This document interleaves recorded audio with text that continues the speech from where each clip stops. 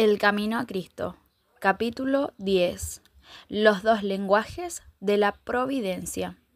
Son muchas las maneras en que Dios procura dársenos a conocer y ponernos en comunión con Él. La naturaleza habla sin cesar a nuestros sentidos. El corazón que está preparado quedará impresionado por el amor y la gloria de Dios, según nos revelan las obras de sus manos. El oído atento puede escuchar y entender las comunicaciones de Dios por las cosas de la naturaleza, los verdes campos, los elevados árboles, los capullos y las flores, la nubecilla que pasa, la lluvia que cae, el arroyo que murmura. Las glorias de los cielos hablan a nuestro corazón y nos invitan a conocer a aquel que lo hizo todo. Nuestro Salvador entrelazó sus preciosas lecciones con las cosas de la naturaleza. Los árboles, los pájaros, las flores de los valles, las colinas, los lagos y los hermosos cielos, así como los incidentes y las circunstancias de la vida diaria. Fueron todos ligados a la palabra de verdad, para que así sus lecciones fuesen traídas a menudo a la memoria, aún en medio de los cuidados de la vida del trabajo del hombre. Dios quiere que sus hijos aprecien sus obras y se deleiten en la sencilla y tranquila hermosura con que Él adornó nuestra morada terrenal. Él es amante de lo bello y sobre todo ama la belleza del carácter, que es más atractiva que todo lo externo, y quiere que cultivemos la pureza y la sencillez, gracias características de las flores. Si tan solo queremos escuchar las obras que Dios creó, nos enseñarán preciosas lecciones de la obediencia y confianza. Desde las estrellas que en su carrera sin huella por el espacio siguen de siglo en siglo los derroteros que les asignó, hasta el átomo más diminuto, las cosas de la naturaleza obedecen a la voluntad del Creador, y Dios cuida y sostiene todo lo que creó. Él que sustenta los innumerables mundos diseminados por la inmensidad, también tiene cuidado del gorroncillo que entona sin temor su humilde canto. Cuando los hombres van a su trabajo o están orando, cuando se acuesten por las noches o se levanten por la mañana, cuando el rico se sacia en el palacio o cuando el pobre reúne a sus hijos alrededor de su escasa mesa, el Padre Celestial vigila tiernamente a todos. No se derrama lágrima sin que Él no lo note. No hay sonrisa que para Él pase inadvertida. Si creyéramos implícitamente esto, desecharíamos toda ansiedad indebida. Nuestras vidas no estarían tan llenas de desengaños como ahora, porque cada cosa, grande o pequeña, se dejaría en las manos de Dios, que no se confunde por la multiplicidad de los cuidados, ni se abruma por su peso. Entonces nuestra alma gozaría de un reposo que muchos desconocen desde hace largo tiempo. Cuando vuestros sentidos se deleiten en la amena belleza de la tierra, pensar en el mundo venidero, que nunca conocerá mancha de pecado ni de muerte, donde la faz de la naturaleza nos llevará más la sombra de la maldición. Represéntense vuestra imaginación la morada de los salvos, y recordar que será más gloriosa que cuando pueda figurarse la más bella imaginación. En estos variados dones de Dios en la naturaleza, no vemos sino el reflejo más pálido de su gloria.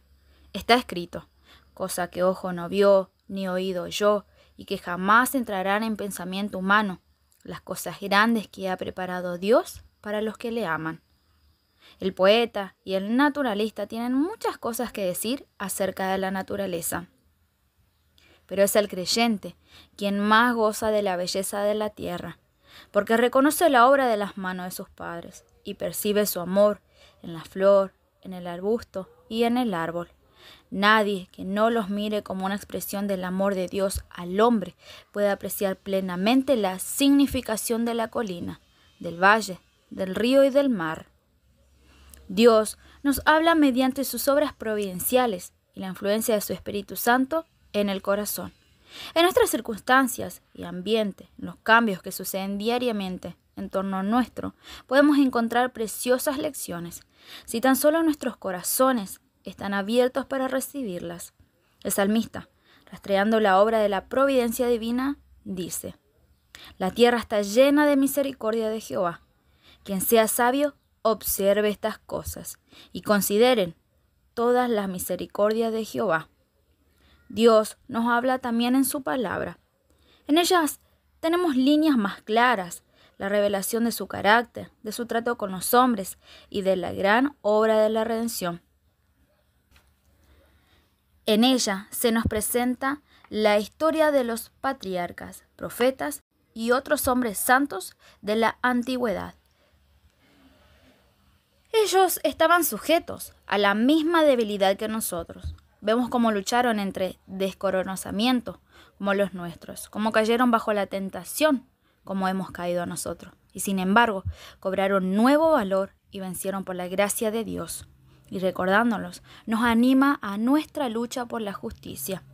Al leer el relato de los preciosos sucesos que les permitieron experimentar, la luz, el amor, la bendición que les tocó gozar y la obra que hicieron por la gracia a ellos dada, el Espíritu que los inspiró enciende en nosotros un fuego de santo celo, un deseo de ser como ellos en el carácter y de andar con Dios como ellos.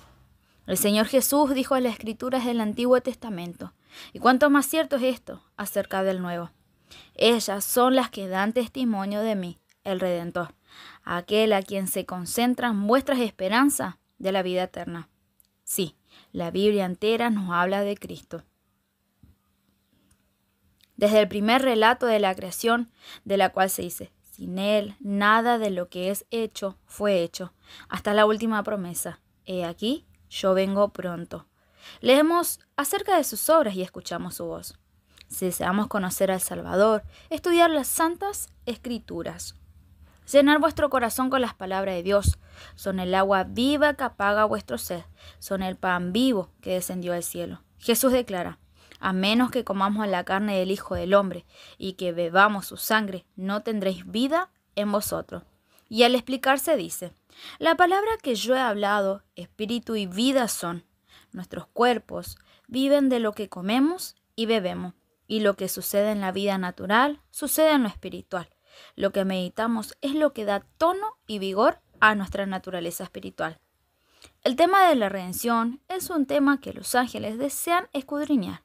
Será la ciencia y el encanto de los redimidos durante las interminables edades de la eternidad. ¿No es un tema digno de atención y estudio ahora? La infinita misericordia y el amor de Jesús, el sacrificio hecho a nuestro favor demandan de nosotros la más seria y solemne reflexión. Debemos esparcirnos en el carácter de nuestro querido Redentor e Intercesor. Debemos meditar en la misión de aquel que vino a salvar a su pueblo de sus pecados. Cuando contemplemos así los asuntos celestiales, nuestra fe y amor serán más fuertes y nuestras oraciones más aceptables a Dios, porque se elevarán acompañadas de más fe y amor. Serán inteligentes y fervorosas. Habrá una confianza constante en Jesús y una experiencia viva y diaria en su poder de salvar completamente a todos a los que van a Dios por medio de Él. Mientras meditamos en la perfección del Salvador, desearemos ser enteramente transformados y renovados, conforme a la imagen de su pureza. Nuestra alma tendrá hambre y sed de llegar a ser como aquel a quien adoramos. Cuanto más concentremos nuestros pensamientos en Cristo, más hablaremos de Él a otro y mejor le representaremos ante el mundo. La Biblia no fue escrita solamente para el hombre erudito. Al contrario, fue destinada a la gente común. Las grandes verdades necesarias para la salvación están presentadas con tanta claridad como la luz del mediodía, y nadie equivocará o perderá el camino, salvo los que sigan su juicio privado en vez de la voluntad divina tan claramente revelada. No debemos conformarnos con el testimonio del hombre alguno en cuanto a los que enseñan las Santas Escrituras, sino que debemos estudiar las palabras de Dios por nosotros mismos. Si dejamos que otros piensen por nosotros, nuestra energía quedará mutilada y limitada a nuestras aptitudes. Las nobles facultades del alma pueden reducirse tanto por no ejercitarse en temas dignos de su concentración, que llegan a ser incapaces de penetrar la profundidad significación de la palabra de Dios. La inteligencia se desarrolla si se emplea en investigar la relación de los asuntos de la Biblia, comparando escritura con escritura y lo espiritual con lo espiritual. No hay ninguna cosa mejor para fortalecer la inteligencia que el estudio de las Santas Escrituras. Ningún otro libro es tan potente para elevar los pensamientos, para dar vigor a las facultades, como las grandes y ennoblecederas verdades de la Biblia. Si se estudiara la palabra de Dios como se debe, los hombres tendrían una grandeza de espíritu, una nobleza de carácter y una firmeza de propósito, que raramente puede verse en estos tiempos. No se saca sino un beneficio muy pequeño de una lectura precipitada de las Sagradas Escrituras.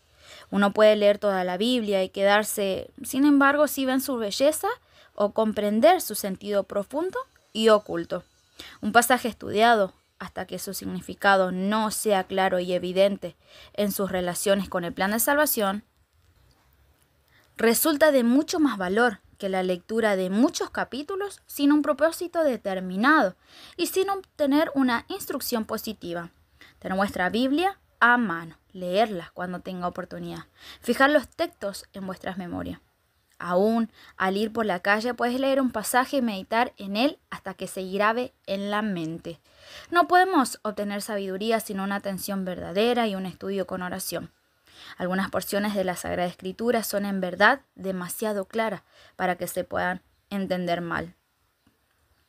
Pero hay otras cuyo significado no es superficial y no se discierne a primera vista.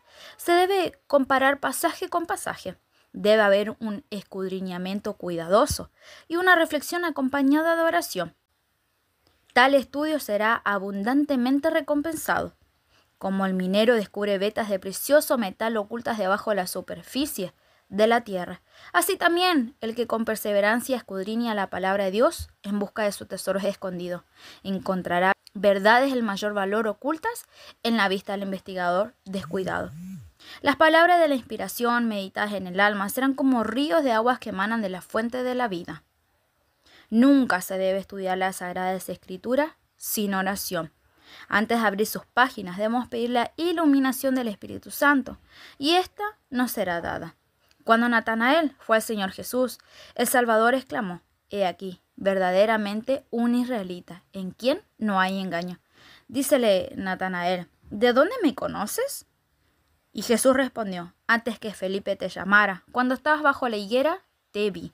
Así también nos verá el Señor Jesús en los lugares secretos de oración, si le buscamos para que nos dé luz y nos permite saber lo que es la verdad. Los ángeles del mundo de luz acompañarán a los que busquen con humildad de corazón la dirección divina. El Espíritu Santo exalta y glorifica al Salvador. Está encargado de presentar a Cristo, la pureza de su justicia y la gran salvación que obtenemos por él. El Señor Jesús dijo: «El Espíritu tomará de lo mío y los anunciará». El Espíritu de verdad es el único maestro eficaz de la verdad divina. ¿Cuánto nos estimará Dios a la raza humana, siendo que dio a su Hijo para que muriésemos por ella, y manda a su Espíritu para que sea de continuo el Maestro y guía del hombre?